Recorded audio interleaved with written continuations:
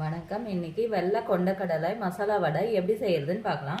அதுக்கு 200 கிராம் அளவுக்கு கொண்டக்கடலையை 4 மணி நேரம் ஊற வச்சிருக்கேன். 2 கைப்பிடி அளவுக்கு முருங்கைக்கீரையை க்ளீன் பண்ணி வச்சிருக்கேன். 4 காஞ்ச மிளகாய் பொடியாக கட் பண்ணி வச்சிருக்கேன்.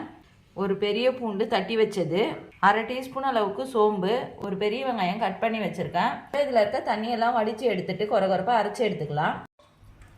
இந்த அளவுக்கு கொரகொரப்பாக அரைச்சதை ஒரு பாத்திரத்துக்கு மாற்றிக்கிறேன். தேவையான அளவுக்கு சால்ட்டு சேர்த்துக்கிறேன்.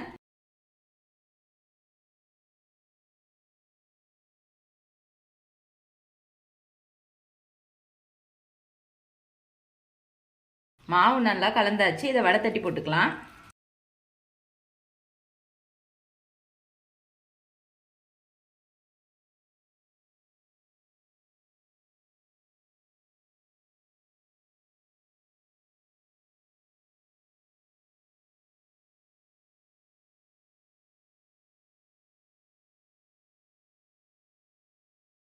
இந்த அளவுக்கு சிம்லேயே வேக வச்சுக்கோங்க. இப்போ எடுத்துடலாம்.